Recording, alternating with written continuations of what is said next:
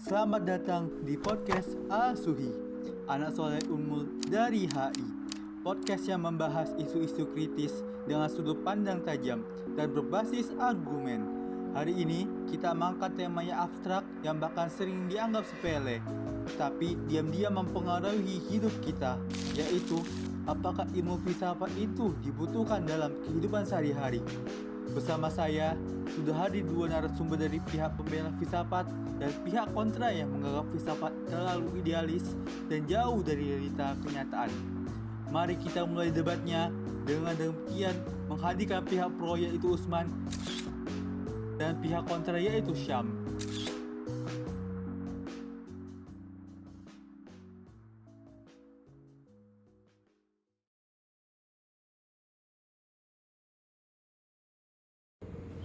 Assalamualaikum.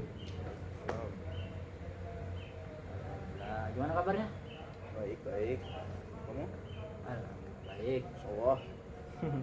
BTW kalau sekarang kan banyak dengar sih. Betul.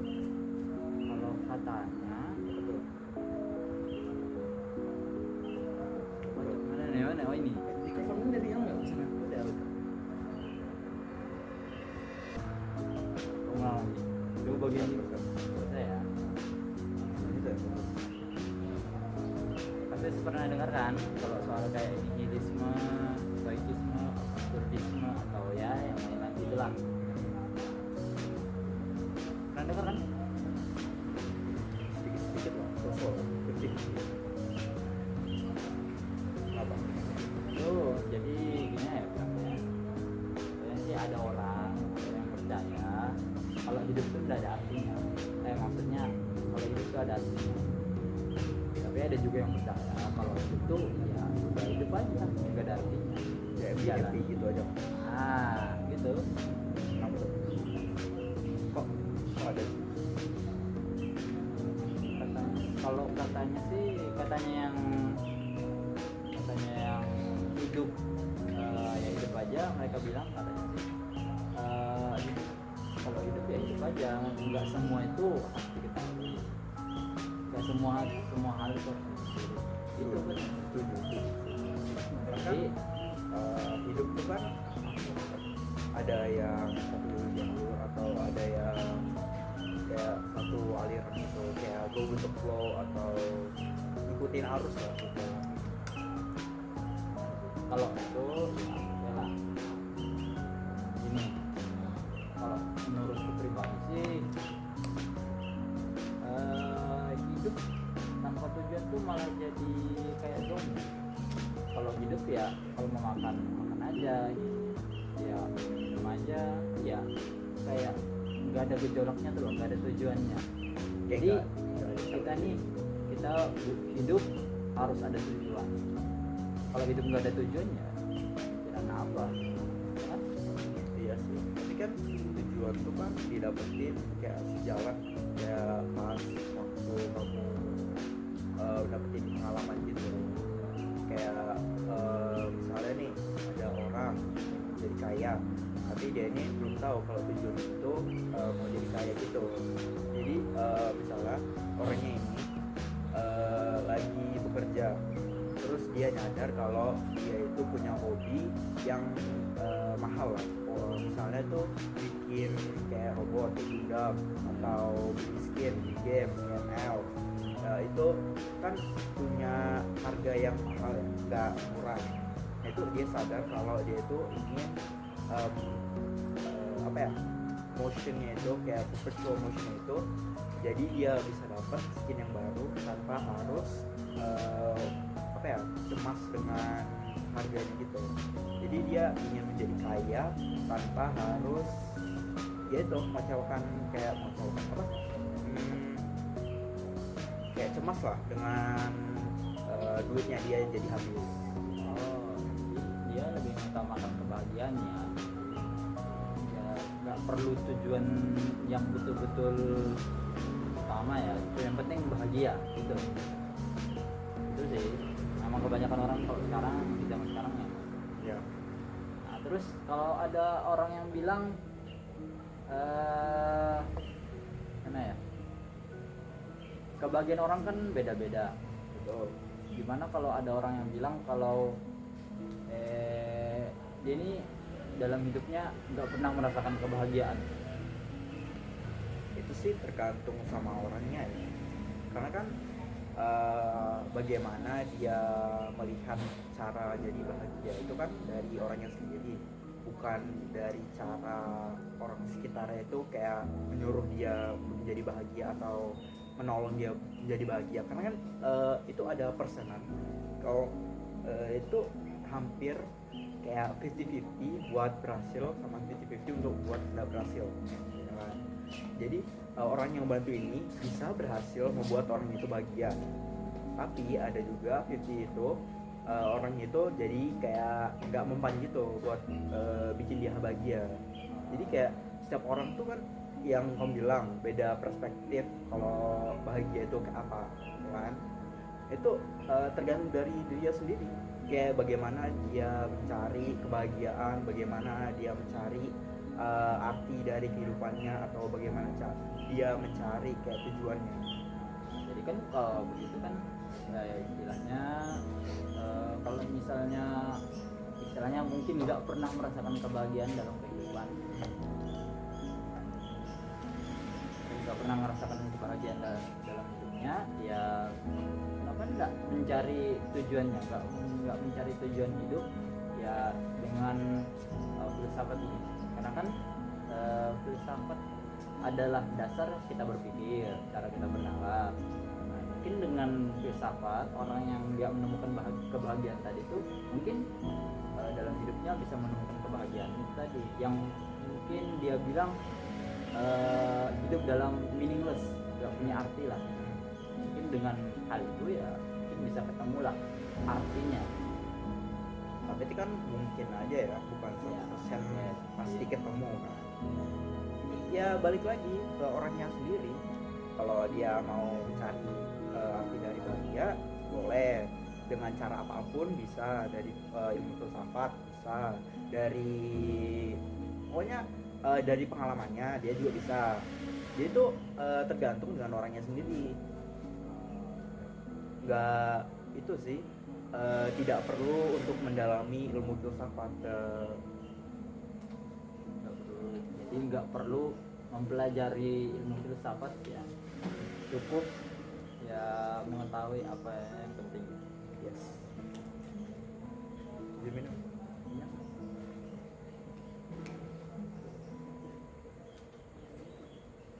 Gini, banyak orang yang bilang sih di medsos sekarang, di TikTok atau di medsos lain, katanya ada yang bilang kalau filsafat sekarang tuh udah nggak relevan.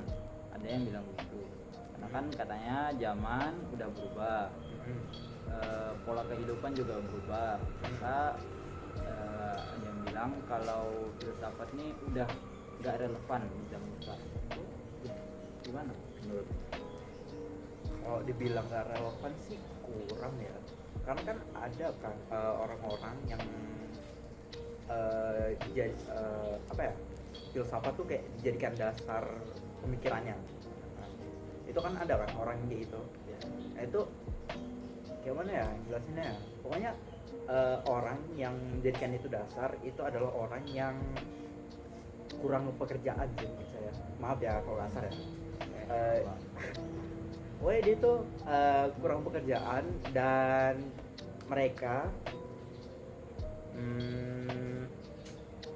mereka tuh mendalami ilmu yang harusnya tidak terlalu penting, tetapi mereka dalami aja karena menurut mereka itu ilmu filsafat tuh kayak ilmu puncak lah, ilmu yang apa namanya, yang abstrak tapi kayak ada makna yang lebih dalam dari perkataan dari filsuf-filsuf itu kan.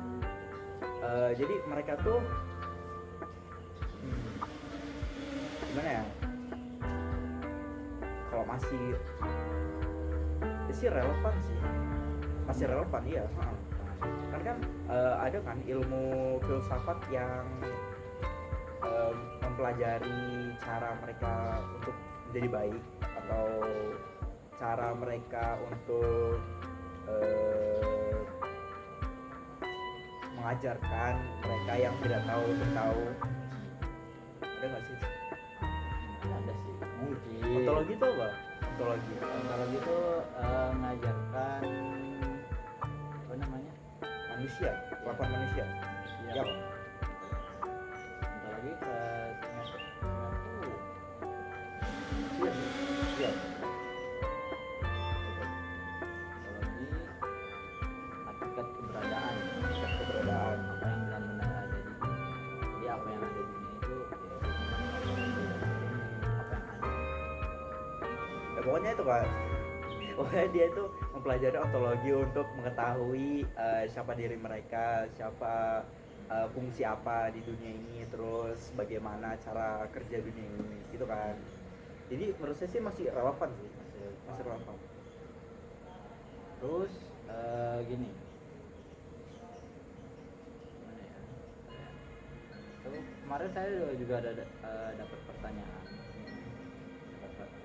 dari salah satu teman. Ya, dari dulu pertanyaannya masih nggak tahu di mana taruh. Kalau menurutmu tuh filsafat tuh masih relevan nggak? Kalau menurut saya ya masih relevan, walaupun mungkin kedepannya atau di zaman-zaman yang akan datang pastinya sedikit banyaknya pasti akan berubah, baik dalam bidang dalam satu bidang ataupun yang lain, itu pasti berubah karena perubahan manusia ini kan seiring zaman itu kan berubah. Dari anggaplah kita ngambil zaman dahulu atau zaman ya kita bilang zaman para nabi. Jadi, kalau kita bandingkan di zaman sekarang itu kan beda, Ya kan beda. banyak perubahannya. Jadi pastinya penerapan filsafat atau penerapan ilmu filsafat atau ya yang berhubungan dengan itu kan pastinya sedikit banyaknya pasti berubah. Kalau menurut saya, tapi untuk sekarang memang masih relevan lah, karena masih banyak yang sesuai. Tapi kita nggak tahu ya di masa depan gimana jadi. Iya. Bentar ya.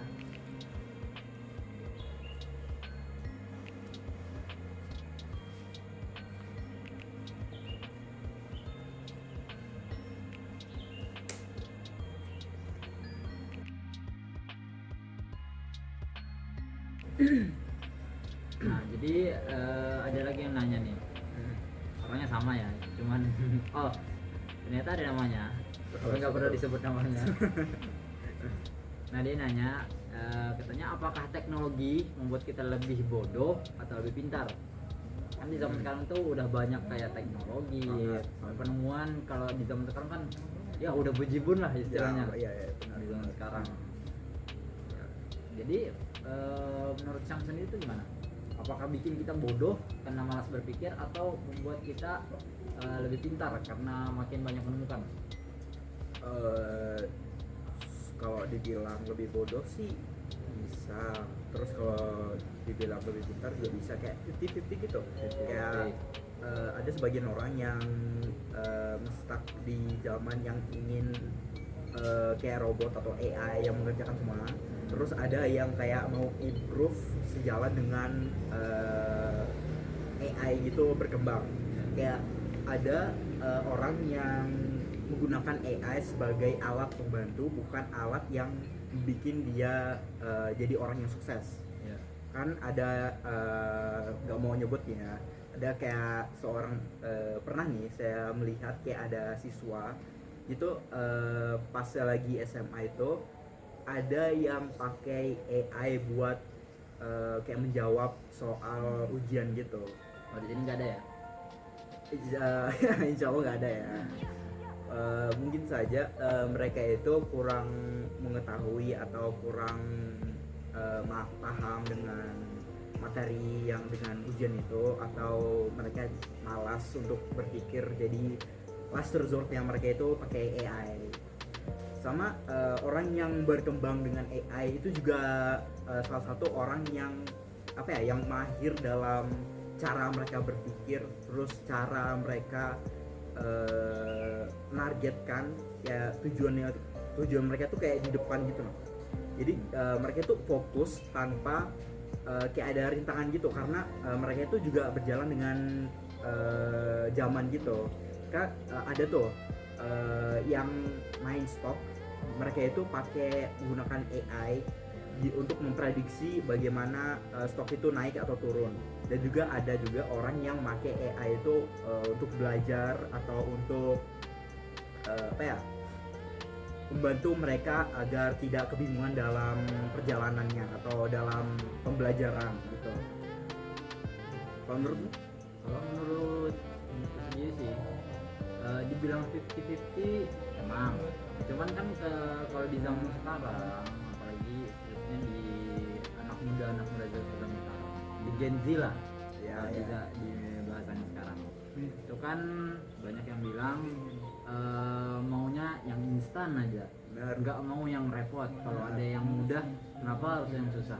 Makanya ya kalau misalnya kita berpandangan begitu, sebenarnya nggak salah kalau kayak orang tua itu beranggapan Gen Z ini atau orang-orang di zaman sekarang tuh nggak mau berusaha, mau yang mudah aja.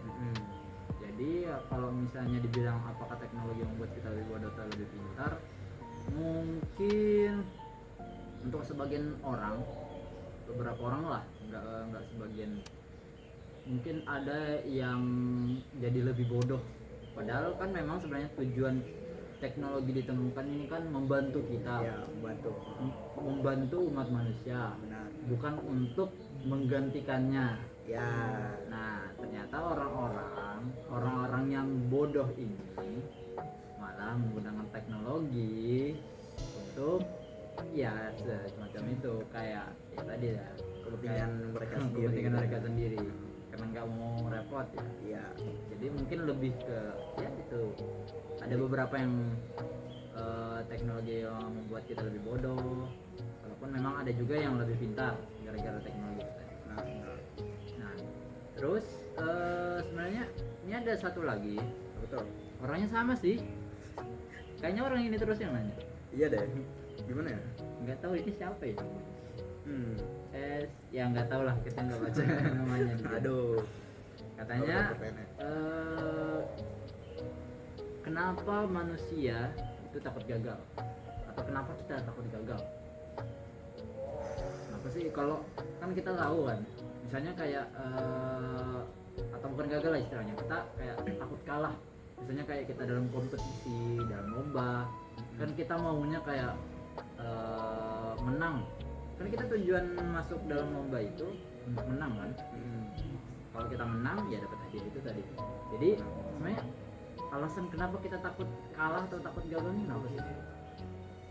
Menurut saya ya, kita tuh takut kalah karena Indonesia apa ya? Pokoknya orang-orang yang ngedukung kita itu tuh kita kan nggak mau let down atau Nggak mau ngecewakan. ya nggak mau mengecewakan gitu. Sama ada mereka yang egonya itu terlalu tinggi untuk melihat mereka kalah gitu. Terus ada mereka yang melihat kalau pokoknya mereka tuh egoistikal banget. Mereka yang nggak mau kalah, terus yang ketakutan kalah. Itu mereka tuh ada yang egoistikal, sama ada yang kayak nervous aja gitu, kayak anxiety-nya tinggi. Itu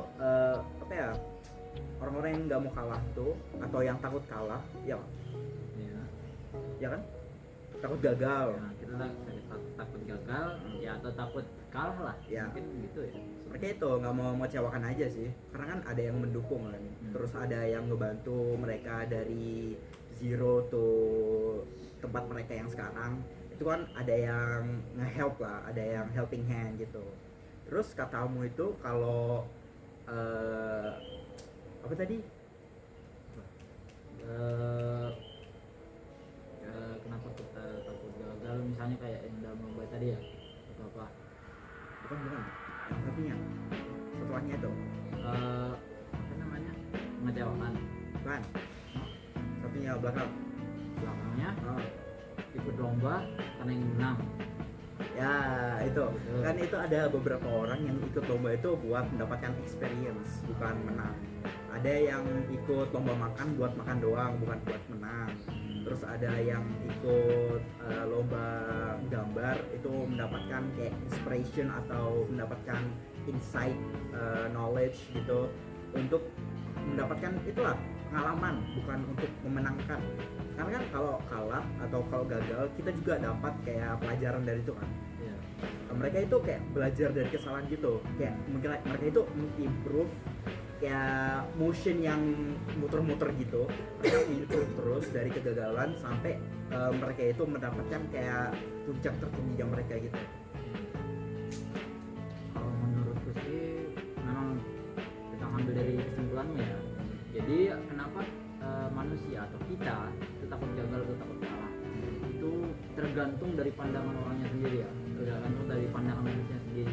Ada yang mungkin takut gagal atau takut kalah itu mungkin karena tidak mau mengecewakan orang-orangnya, atau takut mengecewakan orang-orang yang dukungnya ya. Atau ada juga orang yang ambisius atau yang egoisme, egoisnya tinggi ya, Benar. egonya tinggi karena dia mau menang terus, makanya dia nggak mau kalah. Intinya gitu ya. Itu sebenarnya bisa dibilang banyak sih orang gitu ya. Terus tadi kalau kamu bilang ada yang tujuannya mencari pengalaman kan, walaupun memang kebanyakan ada yang sekarang prinsipnya tuh yang penting ikut dulu Ya. yang penting dapat pengalaman dulu Ya. soal menang belakangan lah. Ya. Mungkin ada yang gitu walaupun tapi pastinya sedikit banyaknya pasti ada sisipan atau ada terselip niatnya pasti mau menang, ada keinginan untuk menang. Iya, di dalam hatinya kan. Ya, sedikit banyaknya pasti. Benar. Nah, terus ini kayaknya nggak ada. Oh, ini ada ya, ada yang Betul. menanya. Betul. Ini kayaknya agak susah karena ini pertanyaan pilihan ya. Ini pertanyaan pilihan. Apa. Ini dapatnya tadi malam sih. Katanya ada pertanyaan. Kalau misalnya kamu, kita ambil Syam sendiri ya sebagai contoh. Misalnya Syam sendiri hidup dalam sebuah dunia yang dalam dunia itu ada puluhan atau ribuan orang. Tapi puluhan atau ribuan orang itu nggak kenal atau bahkan nggak peduli sama Syam sendiri, nggak kenal sama atau nggak peduli sama Syam. Terus di dunia itu ada satu penjahat yang paling dibenci atau paling dicari oleh orang-orang di dunia itu. Iya. Karena saking jahatnya, karena ya mungkin karena telah melakukan banyak kesalahan ya, karena telah melakukan kejahatan macam-macam, perlu disebutin kejahatannya.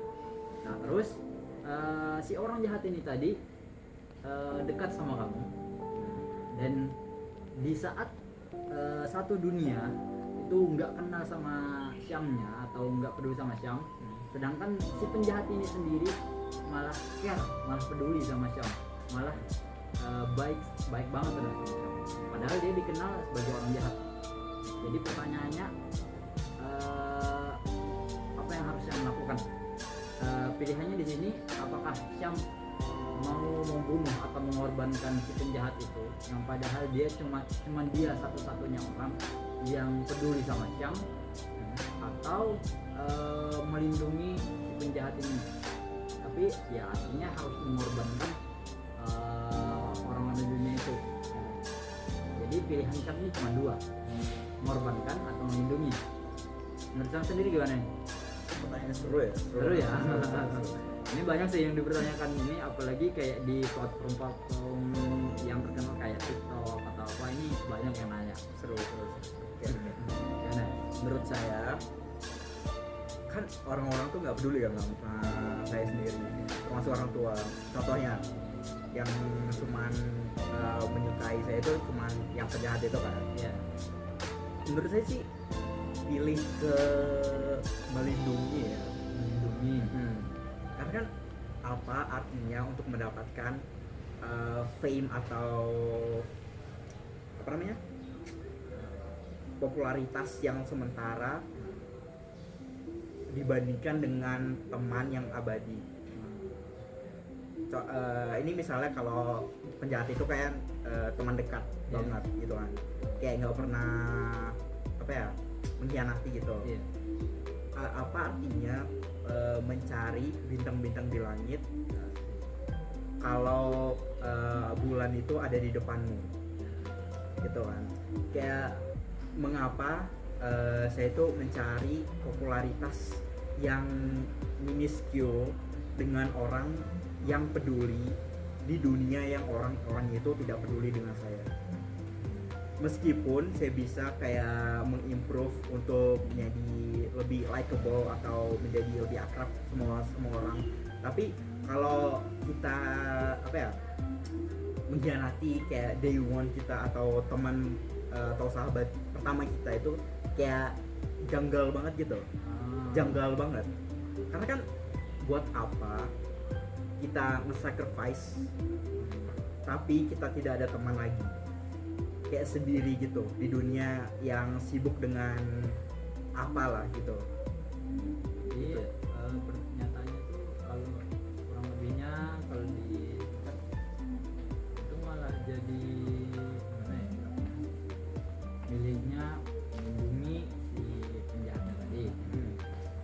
Kalau bilang melindungi penjahat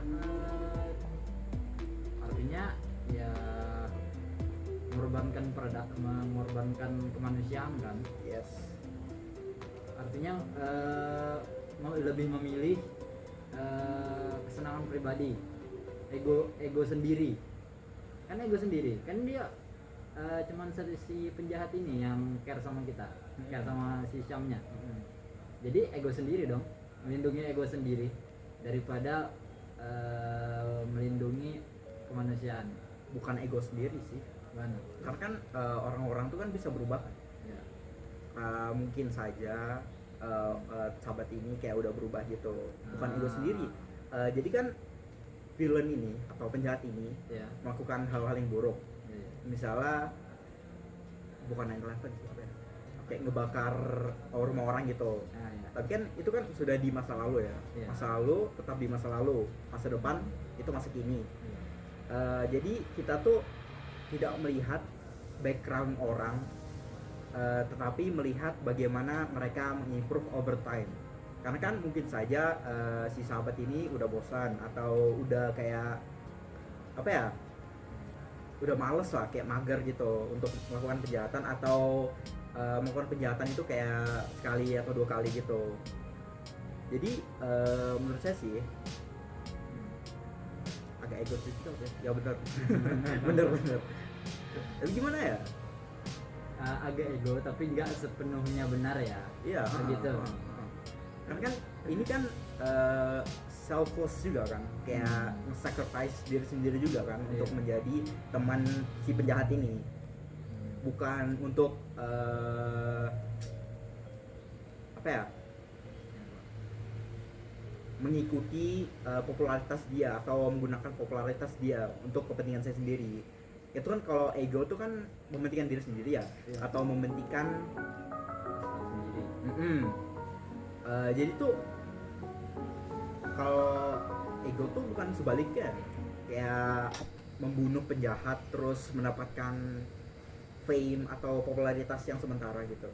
Terus kalau gimana kalau misalnya si penjahatnya ini dibunuh demi menyelamatkan kemanusiaan lah atau orang-orang di situ.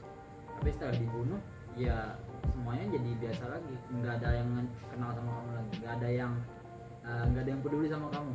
Jadi walaupun mau dibunuh atau nggak dibunuh ya mau dibunuh mau kamu bunuh itu sama aja nggak ada yang kenal sama Syamnya sendiri. Iya, Nggak ada. itu buat apa?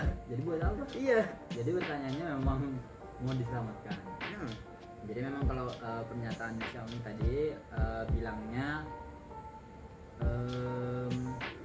tetap melindungi si penjahat. Kalau misalnya dia kamu tadi bilang manusia bisa berubah, intinya gitu. yes.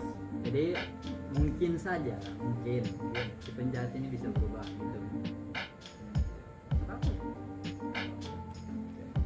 Begitu. Terus ini ada lagi sih. Banyak banget ya. Banyak ya. Banyak ya. Banyak ya. Banyak Kayak yang Q&A nanya. gitu ya. Ini bentar ya. Karena banyak ini kita milih dulu. Boleh. Banyak yang nanya di Q&A-nya di Reddit atau di mana ini. Bentar. Nah, ini ya pilih salah satu ya. Boleh. Di salah satu akun ada yang nanya. Katanya tuh lebih milih mana? Apa? Hidup menjadi diri sendiri atau hidup menjadi apa yang diharapkan masyarakat Dari sendiri. diri sendiri. Kenapa? Hidup yang di apa tadi? Hidup sebagai diri sendiri, apa yang harusnya apa yang kita bisa atau apa yang bisa kita lakukan, itu yang kita lakukan, atau hidup menjadi apa yang diharapkan oleh masyarakat, apa yang dibutuhkan masyarakat ya gitu. Diri sendiri sih. Karena yang diharapkan oleh masyarakat itu kayak bosan banget aja. Biasanya ya Bahaya loh. Kan diharapkan masyarakat tuh menjadi apa ya? Kayak puppet atau jadi boneka gitu dalam permainan mereka. Itu kayak kita tuh nggak ada kebebasan gitu untuk melakukan hal-hal yang kita mau. Contohnya nih, ada kayak orang tua, mereka ingin anaknya menjadi engineer, tapi anaknya sendiri itu ingin menjadi fotografer. Itu kan kayak bertolak belakang ya, engineer sama fotografer. Itu tuh kayak kebebasan mereka itu kayak di strip gitu, kayak diambil. Kayak membosankan sih. Kalau menurutku sendiri sebenarnya kalau tergantung dari orangnya. Kalau menurutku sendiri, menurut pendapat pribadi. Kalau di zaman sekarang yang kita tahu itu mungkin udah banyak orang yang ada banyak yang lebih memilih untuk menjadi apa yang diharapkan masyarakat. Banyak yang gitu kan. Sebenarnya kita nggak bisa nyalakan yang gitu. Nah, ya mungkin pandangannya juga berbeda. Tapi kalau misalnya disuruh milih, ya aku juga setuju sama pendapatmu. Karena menjadi apa yang kita bisa, jadi diri sendiri itu kan lebih baik. Karena kita juga udah diciptakan Ya, pada tarafnya masing-masing. ya. Jadi ya apa yang harusnya kita lakukan atau apa yang sudah diatur itu ya itu yang kita kerjakan. Jadi menurutku memang menjadi diri sendiri. Oke. Saya ingin menanya, gantian. gantian. Ini ada yang nanya nih. Gantian. Yang nanya nih Xiaomi sendiri atau Ini ada Bali? pertanyaan dari admin grup kita. Oh, admin grup. Yes. Ya. Kalau semua orang punya opini, yang mana yang benar? Nah, ini lebih menanyakan ke kebenaran ya. Iya. Kalau misalnya semua orang atau semua pihak itu punya punya opini masing-masing, jadi yang mana yang benar? Gini, simpelnya kan kebenaran itu kan atau kebenaran itu kan relatif. Ya. Gak bisa dipandang cuma dari satu sisi. Jadi harus gimana ya bilangnya? Intinya kita nggak bisa melihat kebenaran itu cuma dari satu opini atau dari dua opini, tapi harus kita rangkum semua. Jadi kita harus melihat dari setiap sisi. Jadi misalnya anggaplah atau ada 10 orang dengan opini yang berbeda-beda. Gimana? Kita ngambil contoh misalnya ada 10 orang. Ada 10 orang. Ada 10 orang yang diberikan satu apel, lalu disuruh untuk memberikan satu ciri-ciri apel, satu ciri-ciri apel, dan disuruh sebutkan. Nah, dari 10 orang itu menyebutkan satu ciri-cirinya itu beda-beda, tapi yang disebutkan tetap apa.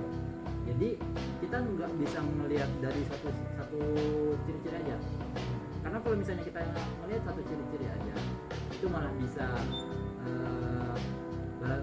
mengarah ke yang lain. Karena misalnya kita ngambil tadi si orang pertama, dia menciri-cirikan si buah apel tadi ini dengan warna merah, disebutkan warna merah. Terus misalnya kalau orang dengar warna merah, nggak pasti yang dipikirkan itu nggak pasti langsung apel. Pasti ada yang banyak, ada yang balon, ada yang penjual balon, ada yang buah ceri atau buah apa ya, itu kan banyak.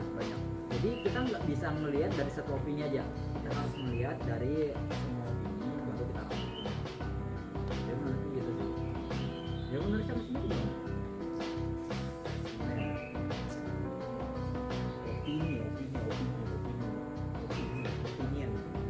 Opinion. Pendapat orang dalam suatu hal itu kan bisa berubah.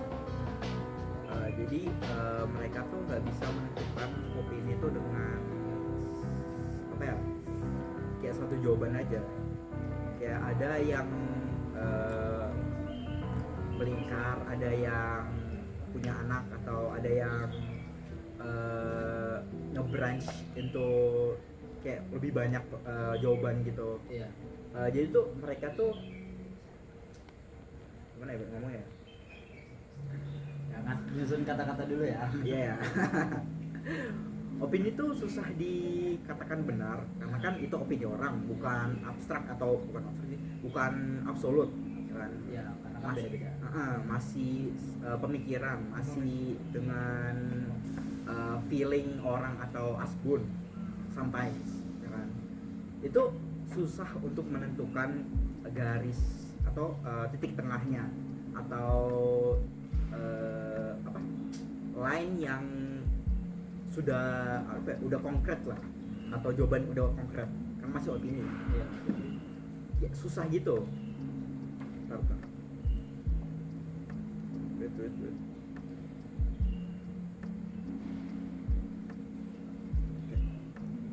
Jadi mereka itu susah banget untuk menentukan atau mencari titik yang tengah atau titik yang absolut gitu. Iya. Jadi kalau dikatakan yang mana yang benar tuh sulit ya. Iya. Karena kan berbeda-beda kayak katamu tadi. Masih ada pertanyaan yang dari anomali nggak tadi tuh? Dari Ada nih. Betul. Ada dua lagi nih. Dua lagi dari admin. Adminnya nanya ya, banyak Iya. nanya adminnya. Kayak kita harus nyari adminnya ini. Bentar, kita pilih ya. Kayaknya nggak 3 aja sih, adminnya nggak nanya 3 aja ini. Hidup itu tentang pilihan atau kebetulan. Nah, ini susah nih. Kalau terlalu susah kita ganti. Enggak, ini bisa, cuma Bisa. kalau menurut gue ya, menurut pribadi,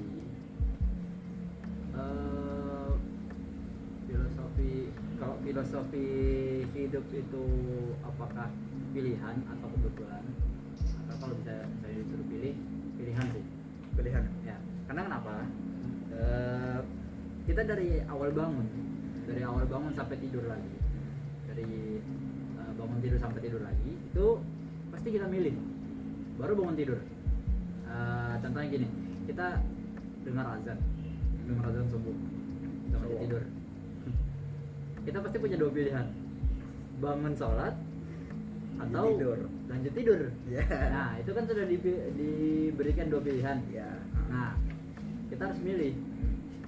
Kalau misalnya kita milih apa, anggaplah aku milih apa namanya, bangun sholat. Nah setelah kita bangun, pasti kita juga setelah bangun pasti diberi pilihan lagi. Apa tuh? Nah, apa namanya, langsung bangun cuci muka atau bangun cek HP dulu. Oh, Nah itu banyak sih tuh. itu banyak banget. mayoritas Iya, rata-rata iya, itu iya. sekarang. Apalagi Gen Z ya. Ya itu sekarang. Gen apa gitu. Nah pasti kita jadi setelah bangun dari yang awalnya dari bangun kita diberi 2 pilihan, setelah kita milih salah satu pasti diberi pilihan lagi. Jadi ya efeknya berantai, chain effect. Jadi kita apapun pilihan yang kita pilih pada akhirnya juga akan melahirkan pilihan baru. Jadi nggak semuanya itu nggak semua itu kebetulan. Bahkan sebenarnya kalau bisa dibilang menurutku pribadi nggak ada yang namanya kebetulan. Menurut pribadi ya, karena kan ya pasti semuanya udah ada takdirnya masing-masing. Ya. Gitu sih kalau menurut itu sih. Tapi menurut siapa sendiri tuh kan? Kalau menurut saya masih bingung nih. Kebetulan tuh artinya dari apa? Kayak antara hoki atau emang takdir Tuhan. Admin, Mohon apa admin admin? membantu menjelaskan admin. Ya dong, jelasin dong. Gimana tadi ulangin. Apa kebetulan itu tentang hoki atau luck atau emang takdir Tuhan. Nah, Kalau itu kayaknya relatif sih. Kalau Iya. dari budaya-budaya masing-masing ya. Tapi yang aku nanya itu pendapat kalian gitu. Jadi kebetulan takdir Tuhan gitu. kebetulan gitu. Iya. Cuman sekedar kebetulan yang nggak disengaja tuh loh, gitu. Ya, Wak. Ya, menurut kalian itu termasuk takdir atau gimana menurut kalian? Pendapat kalian pribadi lah. Kalau penjelasannya gitu menurutku kayaknya kebetulan. Ganti. Maksudku kalau jawabanku tetap masih Oh, tetap pilihan. Iya. Ya, maksudnya tadi kalau yang dijelaskan admin kan ya kebetulan. Menurut saya tuh 50-50 lagi. 50-50 lagi. Ya. Pilihan sendiri sama kebetulan. Karena menurut saya tuh kan itu kan saya suka main game. Ya. Suka main game gacha, suka main game gambling Nah, yang nggak pakai itu ya, real money ya. ya. Itu saya suka pakai bermain itu mendapatkan kayak misalnya nih dapat bintang 5 atau bintang 6 atau 7 atau seterusnya. Pokoknya Ya. banyak lah ya. Banyak. Pokoknya itu ada suatu ketika kalau saya tuh mengira tuh ada nih satu malam Ya. saya lagi main kan. Contohnya nih gamenya Genshin Impact. Ya. Itu kan saya tuh lagi main terus iseng-iseng nih gacha terus dapat bintang 5. Itu saya nggak kepikiran itu selalu saya pikirkan kalau itu takdir Tuhan atau hoki. Itu selalu 2 pilihan itu. Pokoknya tapi in the end menurut saya ya itu keduanya. Nggak tahu ini kalau dikatain apa ya. Orangnya ragu-ragu ya. Iya, karena saya tuh orang itu indecisive. Kadang kalau saya nggak ngepikir dulu kayak asbun gitu, Ya. itu saya tuh kadang-kadang mendapatkan result yang tinggi. Contohnya itu kayak yang lagi iseng gitu, lagi gacha itu dapat bintang 5, itu saya lagi iseng banget. Kayak saya nggak kepikiran untuk mendapatkan bintang 5 itu. Pokoknya itu tuh gimana ya jelasinnya ya? Karena kan hoki itu kan nggak bisa dilihat ya, nggak bisa diukur juga. Kayak susah diukur, sama takdir Tuhan juga itu nggak ada yang tahu. Ya. Jadi gimana ya? Susah sih. Kalau yang pilihan sendiri itu kayak kamu sendiri, yang tadi tidur bangun atau enggak, tidur atau bangun, Ya. atau makan atau enggak, atau beli apa gitu, atau save atau nabung gitu. Iya, iya. Itu gitu sih, 50-50. Mas Syam ini orangnya ragu-ragu ya. Tapi nggak apa-apa, itu kita nggak permasalahkan kalau begitu. Oke. Yang penting kan garis besarnya gitu. Terakhir, Mas Admin masih nanya ya? satu lagi nih, Satu lagi. Admin masih bertanya. Di mana itu? Dari mana itu? Apa? Dari mana Ya, itu? Admin? dari admin. Tadi admin sendiri, Pak? Admin Siapa sendiri. ya admin? Admin sendiri yang nanya. Siapa ya orangnya? Ya, terakhir. Ya, oke. Kenapa banyak orang nyaman jadi penonton bukan pelaku? Nah, Ngeri ya admin. Pertanyaannya. wah, ini bertanya mungkin malah perlu dipertanyakan balik kayaknya adminnya. Oke. Kenapa banyak orang yang lebih milih jadi penonton daripada pelaku? Mungkin simpelnya karena mungkin mereka butuh hiburan. Tipenya gitu ya, tipenya begitu. Kenapa jadi mereka butuh hiburan? Ya kan kalau dipikir secara logika, pikirkan secara logika. Dan oke. Orang mungkin lebih senang melihat orang berjuang daripada dirinya sendiri. Misalnya mereka gini. Contoh, kita ambil contoh orang-orang yang sering lihat film action di bioskop. Contohnya apa itu ya? Kenapa mereka lebih suka jadi penonton tapi tidak jadi penonton? Mereka nonton karena mau mendapatkan perasaan yang mungkin hampir sama dengan si pelaku, tapi nggak mau jadi pelakunya karena nggak mau repot. Karena kalau sekarang pasti pernah dengar juga kan, ada yang bilang pelatih tidak main. Ya, Nah itu kayaknya pernah dengar sih. Itu kalau dulu sering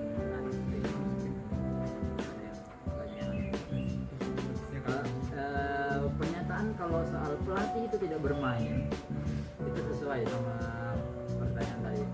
Kenapa banyak orang yang lebih suka jadi penonton daripada pelaku? Karena mereka mungkin tidak mau repot. Nggak mau repot. Intinya ya itu nggak mau repot. Mereka cuma mau menyaksikan atau mungkin mau merasakan apa yang dirasakan si pelaku tanpa harus terjun ke TKP atau tempat perkaranya. kayak relate gitu ya. Nah, nggak perlu lihat.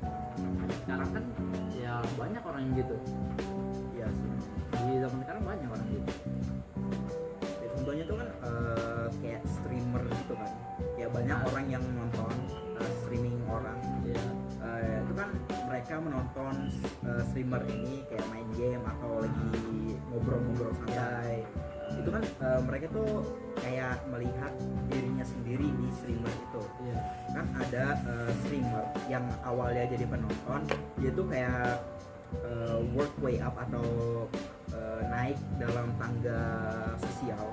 Itu mereka tuh kayak nge-build penonton, kayak ngebikin penonton sendiri, kayak pokoknya membikin fans atau fanbase sendiri dari zero to sembarang mereka mau jadi apa gitu. Pokoknya tuh mereka yang awalnya jadi fans gitu pernah kayak menonton, tapi ada juga mereka yang nonton itu menjadi streamer itu sendiri, dan ada juga yang lebih sukses daripada yang streamer yang dia pernah dulu nonton. Kayak ada streamer di LA atau Los Angeles itu, mereka nonton kayak satu streamer kan, terus dia itu ingin jadi streamer juga. Jadi dia mengajukan kayak video-video gitu, contohnya kayak video lucu atau video yang fail streams gitu kan. Mereka bikin clips mereka, terus mereka upload kan. Mereka kadang-kadang tuh kan apa ya, streamer ini kadang-kadang kayak ngebikin kalau kamu ngedonate beberapa duit itu bisa mengasih kayak video untuk ditonton di streamnya, gitu kan. Kayak apa ya? Apa namanya ya? Admin, apa namanya admin? Donation. Nah, Donations. videonya. Iya, Kalau bukan. kan misalnya donasi baru sambil pakai video. Media share, ya Iya, benar. iya. Kan itu ada media share kan. Dan fans itu kan kayak nge-share videonya itu kayak clipsnya gitu. Terus clipsnya ini dapat kayak viewership gitu, kayak dapat apa ya? Dapat feedback, terus dapat kayak gue dapat reward lah. Jadi si fannya ini mendapatkan kayak gelombang yang besar dalam fansnya dia, atau dalam subscriber, atau dalam penggemarnya dia lah. Karena kan si orang ini kan bikin klipsnya itu kayak relate atau dengan zaman gitu kan, kayak menggunakan meme yang relevan, terus menggunakan pokoknya editnya itu bagus. Iya. Up to date ya. Ya, update. Benar. Itu admin OP. Oke. Pokoknya fansnya ini jadi kayak punya fanbase sendiri, padahal dia cuma fan. Tapi dia bikin klip yang bagus, terus dia tuh dapat kayak popularitas sendiri. Terus si fannya ini dapat bisa apa ya, nge-recycle itu. Pokoknya dia tuh mengulangin itu sendiri sampai dia menjadi streamer yang agak populer lah, kayak midline atau pertengahan gitu. Jadi dia tuh orangnya agak humoris. Karena kan dari klip saya itu kan sudah ketahuan kan, dari humornya kayak bagaimana. Jadi fannya ini dapat popularitas, terus dia tuh kayak menggunakan popularitas itu dengan baik. Makanya dia menjadi streamer yang besar sekarang. Dan dia fannya ini juga nge-collab atau membuat kayak apa, grup streamer itu kayak apa ya, ide yang jenius gitu jenius banget karena ya dengan itu si fan ini yang awalnya fan ini menjadi streamer yang top 1 di kalangan itu, di zaman itu. Iya. Apa ya?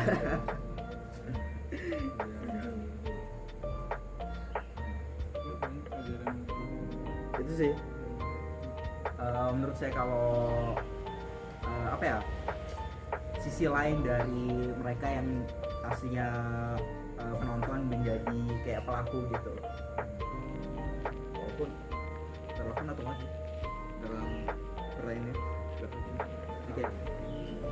Oke, yang terakhir kesimpulan ya. Kesimpulan kita udah sampai kesimpulannya. Benar. Jadi kesimpulannya, apakah sebenarnya filsafat itu penting dalam kehidupan sehari-hari atau tidak? Ya, kesimpulannya ya di zaman sekarang masih relevan. Walaupun mungkin kita tahu di zaman yang akan datang atau di masa depan mungkin ada banyak perubahan.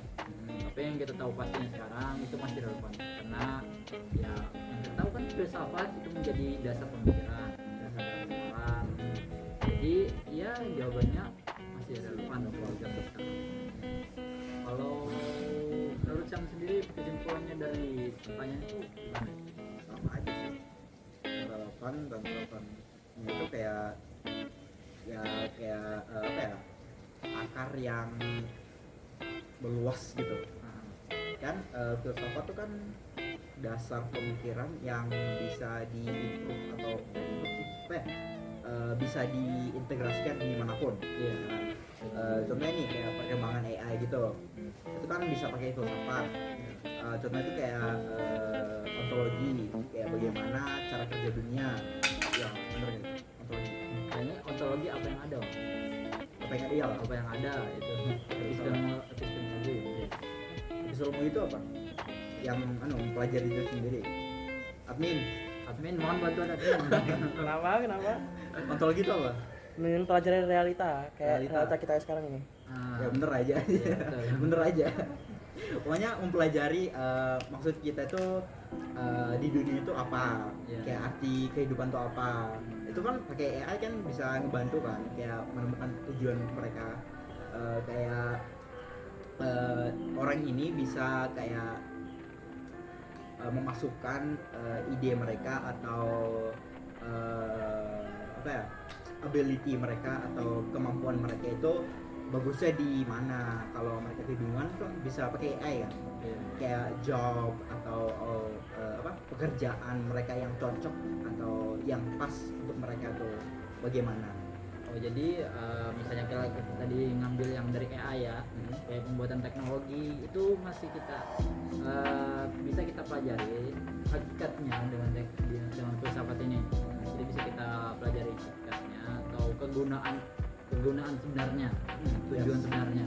Jadi nggak perlu nggak sampai menyalahgunakannya, yang kayak tadi kita bahas di awal. Ada yang mungkin orang yang malah menyalahgunakan, yang egonya lebih tinggi, malah jadi tujuannya beda. Soalnya gitu ya, Masih relevan. paham. Ya baik, Terima kasih telah mendengarkan dan jangan berhenti mempertanyakan kehidupan di sekitar kalian, dan terima kasih kepada Bapak Syam. Masih juga kepada Bapak Usman. Ya, oke. Karena tadi kayaknya banyak pertanyaan dari teman-teman kita ya. Iya. Salah satunya juga admin kayaknya. Admin juga banyak bertanya. Benar. Jadi ya sampai jumpa di episode berikutnya Stay tune di Asuhi anak soleh unmul dari HI. Bye. See you the next video.